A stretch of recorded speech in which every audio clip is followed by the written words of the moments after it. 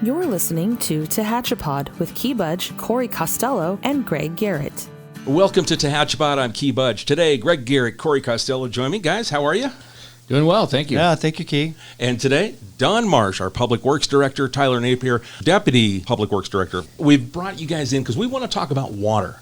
And we want to make sure that the community understands how we get our water, where it comes from, how it gets from our wells to their taps. Is that about accurate? It is. Water is in the West, water is a big deal, right? It can be complex, but it's awfully simple also, right? And so we have a network, whether it's Tehachapi Cummings, City of Tehachapi, Golden Hill CSD, on and on and on, right? We all have our own water systems, but we're going to try to dig down a little bit, talk about the basin, water production, storage, distribution, on and on and on. So I'm really looking forward to this podcast, and the listeners, they will be able to better understand a little more about our water and how we receive our water at the tap. It's important because myself, as Joe consumer, I just know that I open up the faucet, the water runs, and I'm happy. Mm-hmm. But there's a lot that goes into it behind the scenes. And we want to kind of talk about the history of our water here in Tehachapi. Guys, let's kind of make sure people understand this is not just something that just happens. There's a lot of work that goes into making sure that we've got good, clean water to drink. Yeah, we're actually pretty fortunate. Tehachapi is pretty unique when it comes to water and where it comes from. Our water here comes from rain and snow, obviously. We're not fortunate enough to have rivers flowing through town or creeks or lakes nearby that we can draw from. So everything comes from the sky, basically, and ends up down here in the bottom of the Tehachapi Basin and percolates into the ground. So that's where our water really originates from. We're pretty fortunate in that we have quite a bit of it, in the valley, but yet it's a precious commodity for sure.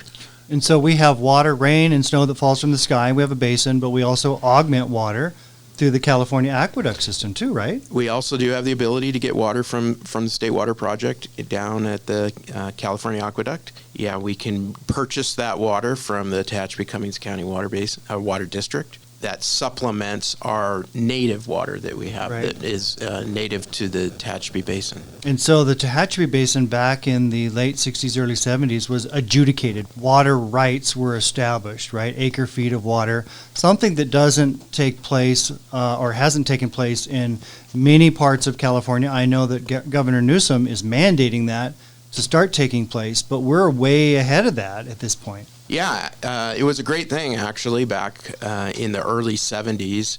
It was discovered that the basin here was really being overproduced or overdrafted, and more water was being pumped out than is being recharged through rain and snow. So the courts actually came in and said that the basin is safe if you can only pump out 5,500 acre feet per year, and that's what's called native safe yield. And at that point, the courts divided up the water, that 5,500 acre feet, amongst all the people who were using water at that time. And so the city of Tehachapi was one of those users, and we got allocated a certain amount of water. And Golden Hills was allocated a certain amount of water, and all the other farmers and companies that used water were allocated a certain amount. And by law, we are only allowed to pump that much water every year. And through the years, these water rights have exchanged hands. People have sold them, people have bought them. So, those aren't the same numbers that they were back in 1970, but the concept and the ruling by the courts is still valid today, and we have to abide by that. What is an acre foot? Yeah, there you go. Good question. So an acre foot of water is 1 acre of land covered by 1 foot of water. That's 1 acre foot. So it's pretty simple. That's a lot of gallons. Yeah. It equates to 43,560 square feet at a foot deep, equates to 325,829 gallons of water, so about a third of a million. And so, Tyler, what does that mean for a household? What does a house normally use? I know over the last decade or so, homes are using a lot less because of industry standards, washing machines, dishwashers, shower heads, better. So we're using less water in our homes. But what does a home typically use? Yeah, the beauty of the extreme drought we went through in 2013, 14, 15, the users statewide really curtailed their usage, and we kind of created a new normal, new baseline. Our 2020 average for per home, per single family residence was 0.33 acre feet. So a third of an acre foot per household on average, about 100,000 gallons-ish per home per year in the city of Tehachapi limits. Okay. So we talked about, the overview and where our water comes from at 10,000 feet, if you will. But let's talk about water production and how do we deliver water? How does it get from the ground, where Mother Nature has cleansed it, to the tap? We're fortunate, the city of Tehachapi, we own and operate and maintain 6 wells spread out throughout the city limits area. Some of those wells were drilled back in the late 60s, early 70s. Some of those were drilled in 2004, 2005. So we have a kind of a wide range of age. What comes with that is different types of construction, different depth of pumping, different locations. We can average about 3,200 gallons per minute if all 6 of our wells were running at that time. Each one of them have a little bit of different capabilities. They're all powered by electricity. We don't have any natural gas-driven motors or anything like that. Everything is run by electricity, which obviously creates its own set of problems with PSPS events. I was just thinking power that outage, generators, like that. and I know we received some grants for backup generators recently. Absolutely, yeah. So we actually have 2 portable and 1 permanent generator that can operate our water system if and when we have a power failure. The beauty of our system is, even in the summer, in our peak demand month and day, which is typically mid-August, is how we look at it, with the water storage capacity we have at our 5 water tanks, we can last about 3 to 4 days if we did not pump any more water once the power went out. So that is the beauty of, as being a water guy, we're always proud. The power is out, people are dark, turn your tap on, water still flows. So we're very proud of that. If that power event, power outage lasts for 3 to 4 days, or a day or so, we want to make sure the tanks stay full. We have 2 portable generators that can be moved to different locations. Pump water, we have 1 well that has a permanent generator to be able to transfer water from tank to tank or from well to tank. So you've got 6 wells, 5 tanks. There's kind of a science to, isn't it? I mean, a science or kind of a logistics of when to pump, that kind of stuff. So, get into that a little bit, because obviously you guys are always monitoring what tanks are at and what well to turn on. And so how does that sort of, formula come together? Yeah, there is a lot of complexity to it, but there also is a lot of simplicity to it. The beauty is, during the winter months, we let the tanks draw down a little farther to create turnover because we're not using as much water. And then all 6 wells come on together, fill the tanks, and stop. There's an automated system we call it SCADA that monitors the wells and the tank levels and turns the wells on and off as needed. Summertime, we try to keep the tanks as full as possible to ensure we have water for fire flow. So that is our primary goal and responsibility as a water distribution, water production system, is to ensure we have fire protection. So we have almost 1,000 fire hydrants around town. We have to ensure that the customer knows that their house catches on fire, any kind of fire issue, there's always water there with adequate pressure. So the beauty is all 6 wells come on at the same time, pump as needed, fill the tanks, they shut off together. SoCal Edison has set up in our rate structure off-peak pumping. They look at the hours of 4 p.m. to 9 p.m. as the highest use time for electricity. So they give us a discount. If we don't pump our wells and run our motors during that 4 p.m. to 9 p.m., we get a discount on our power. And as you can imagine, with 6 wells, averaging 125 horsepower per motor, we consume a lot of power. So we set up our SCADA system, basically tell the wells, do not turn on between 4 and 9. Unless we hit a certain low level, then they would come on just to make sure we don't run out of water. That has created a great savings for us. So there is a science behind what you do at managing the water, whether it's filling tanks or pumping or the best electricity rates. So you're really working on behalf of the ratepayers so that we can minimize the amount of money it takes to deliver the water to their house. Yeah, I simplified it a little bit as far as the operations, but we have staff on call 24/7. So we have staff that are available 24/7 for the water department, the wastewater department, any other need that the city may have, snow plowing, traffic control, whatever, for vehicle accidents, things like that. Their primary focus is the water system and ensure that we have, safe water to drink and we have enough water to pump and produce and provide to the residents and the businesses around town. So 365 days a year, we have staff physically going to every single well.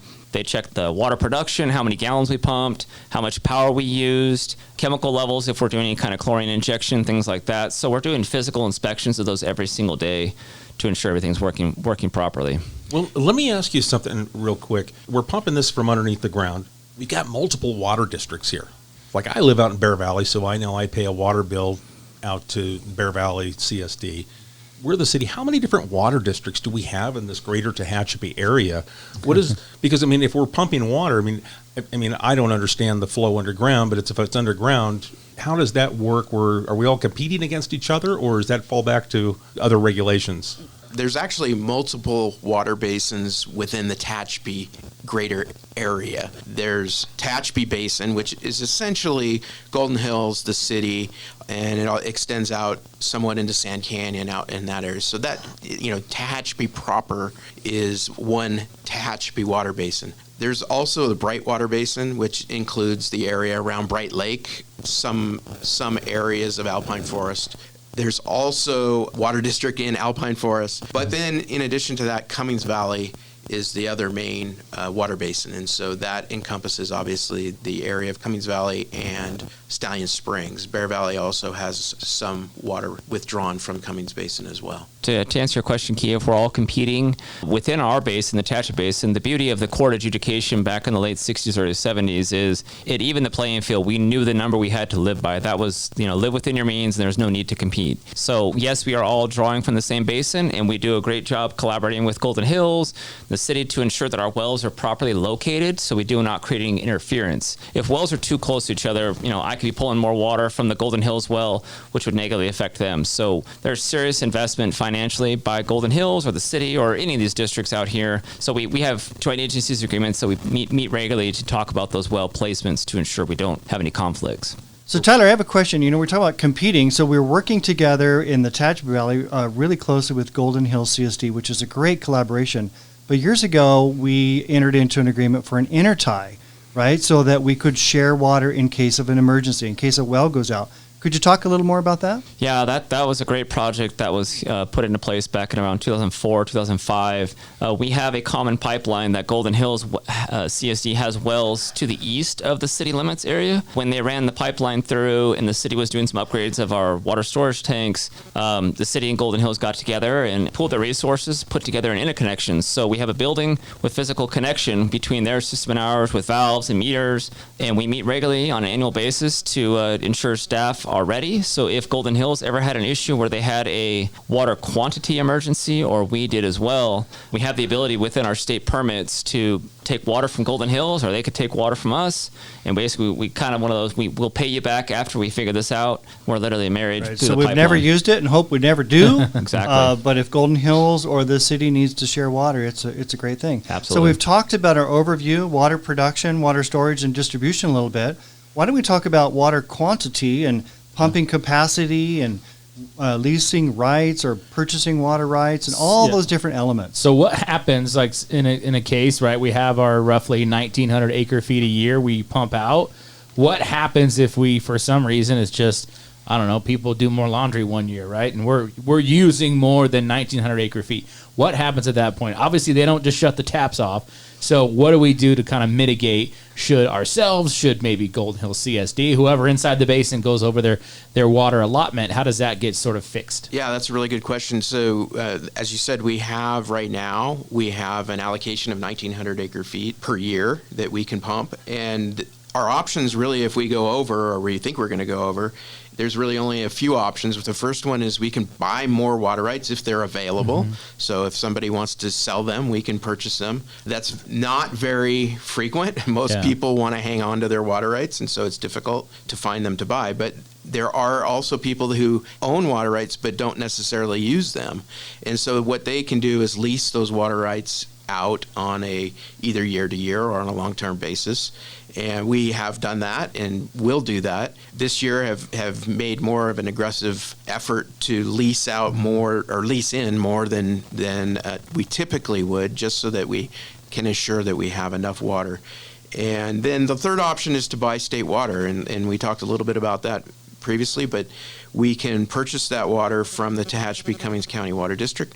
They can pump that water all the way from Bakersfield up the hill to us through their system. Mm-hmm. And what they do with that water is they actually recharge it. So they put it on the ground and it soaks into the ground as additional recharge water. And then we can pump that out in future years whenever we need to. So The other thing that we can use State Water Project water for is for recharging what's called our banked water reserve account. So we have banked water that's in the ground that is for a future use. So if we go over our pumping allocation, we can draw on that water.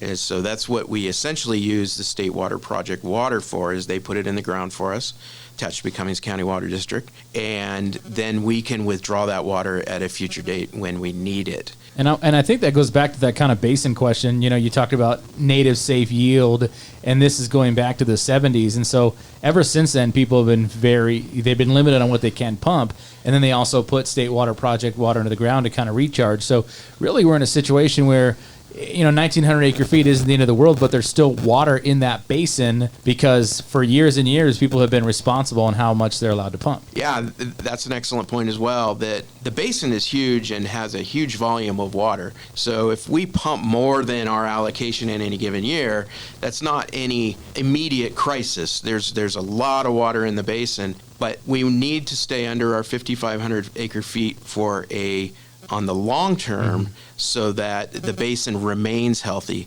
And again, we can use state water to make up anything that we overpump, and that's really the intent of that banked water reserve account. And it's kind of like a little safety net for us. So it's the aquifer underneath us. It's a giant storage tank that Mother Nature is providing us. That's exactly what it is. For sure. Yeah. Let's talk about the State Water Project a little bit. There's a series of dams all up and down the state of California. We've heard about that a lot. We have the aqueduct, which is a giant storage unit itself, but we pull water, Tehachapi Cummings pulls water off that aqueduct on our behalf, and we have the right to that and others, this whole basin or basins. Can you talk to us a little bit about how that might work? Yeah, well, we've talked about State Water Project water being kind of our safety net. Unfortunately, it's not 100% reliable. That water, the amount of water that Tehachapi Cummings County Water District is allowed to pump out of the aqueduct changes every year. So this year, for example, they're only allowed to pump 10%, as of right now, 10% of their total allocation, which is about 20,000 acre feet. So every year, the state determines, based on the snowpack and rainfall, the state determines how much water each water user can pump out of the State Water Project. This year, it's 10%. Last year, I believe it was 20%. Very rarely is it ever over 50 or 60%. So State Water Project water is a very rare commodity and is not 100% reliable. So what we do is we use that water when we can get it, and then there's years when we can't because it's just not available. And that's the beauty of our water basin, is that there are years that can go by where we don't recharge any state water, and that's fine. And then there are years when it's very wet and we can get lots of state water, and we'll recharge more than we need in that year to make up for the years where we weren't able to recharge anything. Right. And so when you say use what we can get at the time, so that's why it's so important to recharge our basin, because Tehachapi Cummings doesn't deliver potable water to any homes, businesses, residents, so on and so forth, right? It's put into our basin, and then we extract it out. Exactly right. So that kind of goes again back to there's like a formula and a method for everything, right? I mean, whether it's when the wells are running, and now even with State Water Project water, it's not just, hey, every year we're going to take this because we want it, but it's more like, okay, let's take it on the years where it's really available and put a bunch in the ground for future use in that bank water reserve, and then make sure, you know, other folks that might need it in the basin on the years when it's really dry can actually get access to it. Is that sort of how that kind of play that game, that shell game a little bit? Yeah, for sure. There's years, or there's other users like farmers and things that take water directly off the system from Tehachapi Cummings County Water District, that they don't have the luxury of banking it in the ground. They need it directly off the system. So their livelihoods are more dependent on the direct delivery of that water, whereas our need and use for that water is for recharge to keep the basin healthy. Let's talk about staff levels, Tyler. Responsibilities of staff members. How many people do you have on staff? What do they do on a day-to-day basis? How do they safely deliver the water to the home or the business? Yeah, we have 4 full-time allocated water department employees that are dedicated to the water department on a daily basis. Their daily routines consist of anything from, daily inspections of the wells, water quality testing, leak repair, meter change outs, system flushing, pressure reducing valve maintenance, hydrant flushing, hydrant maintenance. I mean, the list goes on. Being in the state of California, we have some of the highest levels of restrictions on what our water quality standards are, in addition to licensing requirement for our staff. We have 4 fully dedicated employees to the water department, but we do actually have 9 licensed water distribution and water treatment operators. So we have a bunch of our staff in other departments that have gone out on their own and tested for their state licenses. So we have a lot of redundancy, a lot of backup, a lot of cross training that goes into that to ensure that 365 days a year, any kind of water main break, water quality issue, things like that, we have staff available. So Tyler, one of the things that I think of, one of the names, the city names I think of is Flint, Michigan, right? A disaster in so many ways. Our guys are highly trained, highly skilled, highly educated, licensed, certified. We have several of them on staff. They're always monitoring the system, testing, so on and so forth. Can we go a little more into depth on that? Yeah, the state of California requires a certain level of licensing based upon our system size, connections, type of water treatment, things like that. Anything from just fixing a service line leak, which is the water line that runs from the water main to your home or to your water meter, even something as simple as repairing that line requires a licensed water distribution operator. There's a series of college courses you have to pass and state exams you have to pass to become licensed. So yeah, our staff takes it very seriously. There is a tremendous amount of continuing education that is required on an annual basis based upon your licensing level. So those are anything from, water treatment courses, water distribution courses, college level classes, hands-on training, things like that. So yeah, our staff is very competent, very proud of those guys. They are continually available day in and day out. I bet a lot of these listeners have had those moments on a weekend.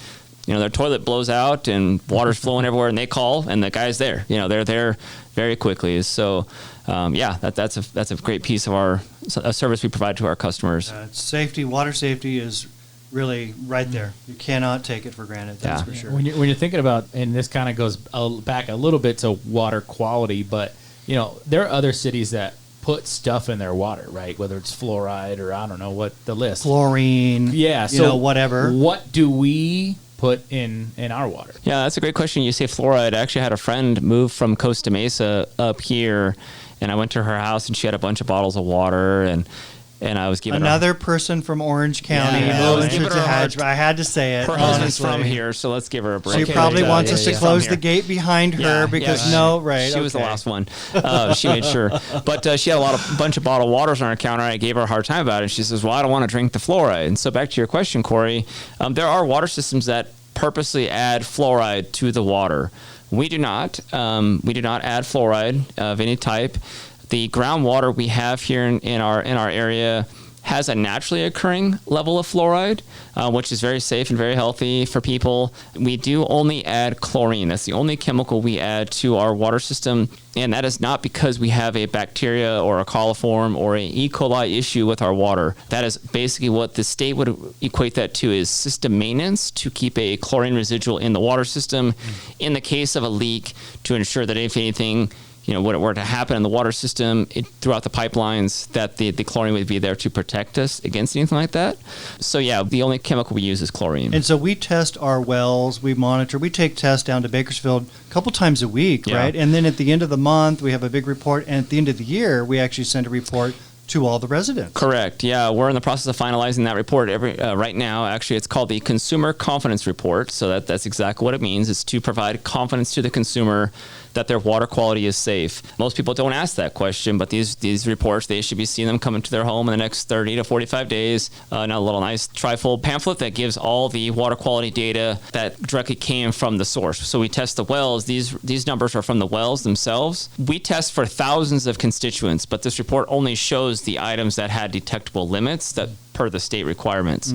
Proud to say that we have no violations. Our water quality, we're very fortunate that the water quality within our basin is very healthy, very safe to drink. We have covered a lot today, Key and Corey, right? With Don and Tyler, just scratching the surface or the tops of the waves, if you would say, We're not at the bottom of the well yet. Right. We're not at the bottom of the well. Well, I can take away just so very early in this conversation is, not only do we turn on our taps and there's something there, that's consumable, but there's a lot of thought and work that goes in to make sure that it's consumable, and that we're doing it on a responsible basis. Right. Yeah, Don and Tyler lead an amazing team of professionals. I sleep very well at night knowing that our water system is very well managed.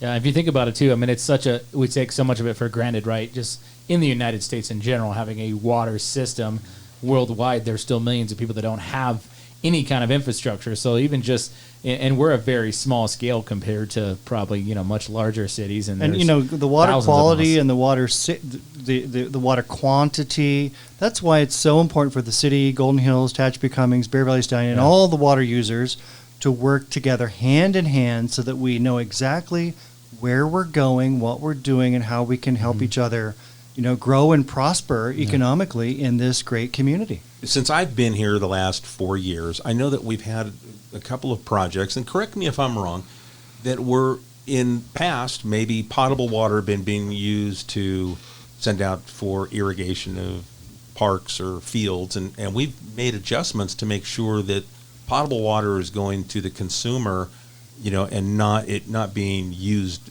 just to water grass. Yeah, that's correct. 4 or 5 years ago, the city of Tehachapi went into applied for a grant through the IRWIMP, which is the Integrated Regional Water Management Plan, state and federal funding. We partnered with Tehachapi Cummings County Water District and the Tehachapi Unified School District to take a well that the city owned years ago, was taken offline. We ran pipeline from the Tehachapi Cummings water system and tied into that well, which basically went through the Jacobson Junior High property. And then within that, we were able to connect all the playing fields, all the grass and turf areas onto the Tehachapi Cummings network as opposed to pumping potable water. So the state has been pushing for the last 10, 15 years for grass, turf, any kind of landscaping to be on non-potable water, either recycled water or ag water like that, to protect the especially the native groundwater and the potable water.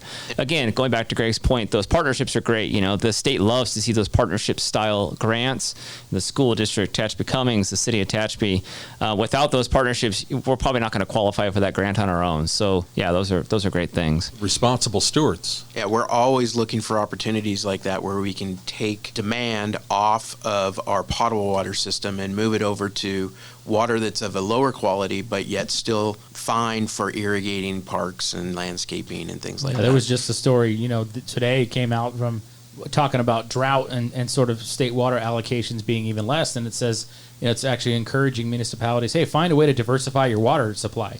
And we kind of have that obviously with groundwater, not relying completely on state water project water, but we've got other projects in the works and stuff down the road, which I'm sure will be another show at some point. For sure. But we've got those projects out there to sort of help us, reclaim, recycle water, and be able to sort of really diversify that portfolio. And so we're responsible stewards of the resource and moving forward. This has been a really interesting conversation with Don and Tyler. We've had a lot of guests that are from the outside, nonprofits, others, which I really appreciate, but this is the first time that we've had, a department of the city, and Don and Tyler manage wastewater, fleet, streets and roads, the parks that we own, on and on and on. And I think we could have Don and Tyler back, and let's talk about some other of those topics, because it's your city, it's your money, whether it's tax money or rate money that you're paying for water or wastewater, right?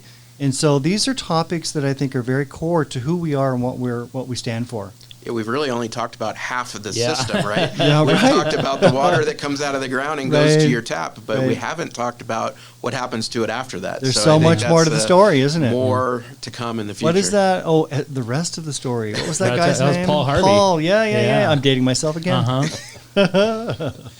Well, folks, we invite you to send us in your questions. And if you've got a question for Don or Tyler, anyone here at the city, please send it to us at media@tehachapicityhall.com. We'd love to get that question answered directly from our experts. We've brought in 2 experts today. We're going to continue the conversation, so we want you to stick around for Tehachapod here in the future as we continue to talk water here in Tehachapi. It's important that we understand it. For myself, I'm Joe Consumer, and I sit here hopefully maybe asking a question that you might have pop into your head, because we want to make sure that everyone does understand where the water comes from, how it's managed, how it gets back to you, and what happens afterwards. And I think that's the next conversation that we'll have here with Don and Tyler here on Tehachapi. So we appreciate your time. Thank you for joining us. Make sure you tell a friend and follow us and subscribe. We appreciate your time. Tehachapi is a conversation about Tehachapi designed for the people who live here or who would like to know more about this mountaintop community. If you have a question you would like answered, email media@tehachapicityhall.com. We will try to answer it on a future episode of Tehachapi.